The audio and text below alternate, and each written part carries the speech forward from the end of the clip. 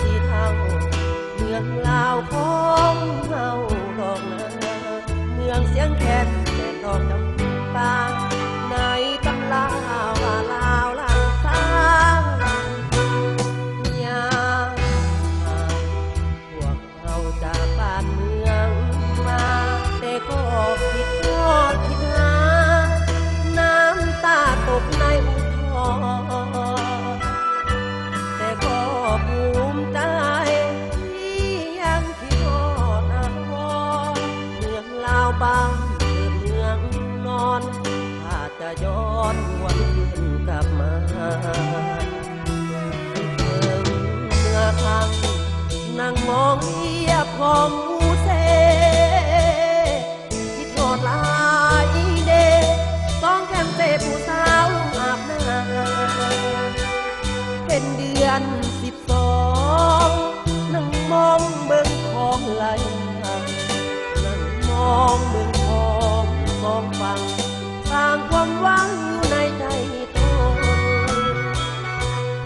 ลมเอ้ยสวยเผยเอาหักคานี้ไปบอกลาวดีให้เรามีความสุขวันวอนลมสวยผ่าน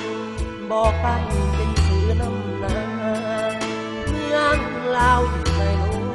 กาถ้าจะย้อนวันคืนกลับมา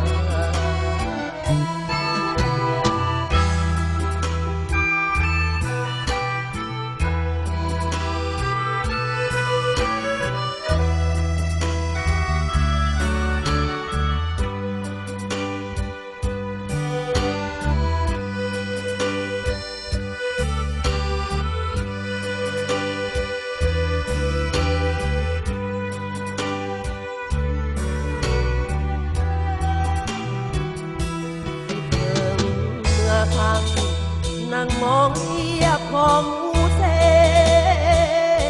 คิดทอดลายเดต้องแก้มเตะผู้สาวอาบน้ำเป็นเดือน12นั่งมองเบิ่งของไหลนั่งมองเบิ่งของสองฝั่งสร้างความหวังอยู่ในใจตนลมเผยเอาหักคานี้ไปบอกลาวดีให้เรามีความสุขวันก่อนลมสวยผ่านบอกกันเป็นสื่อน้ำนา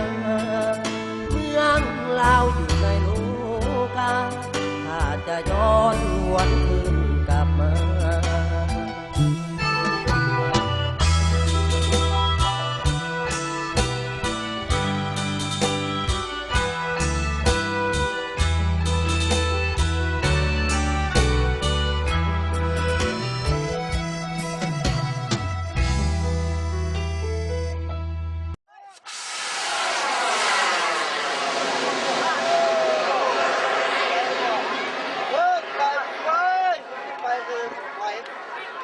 เชื่อเลยเลยหมดเลย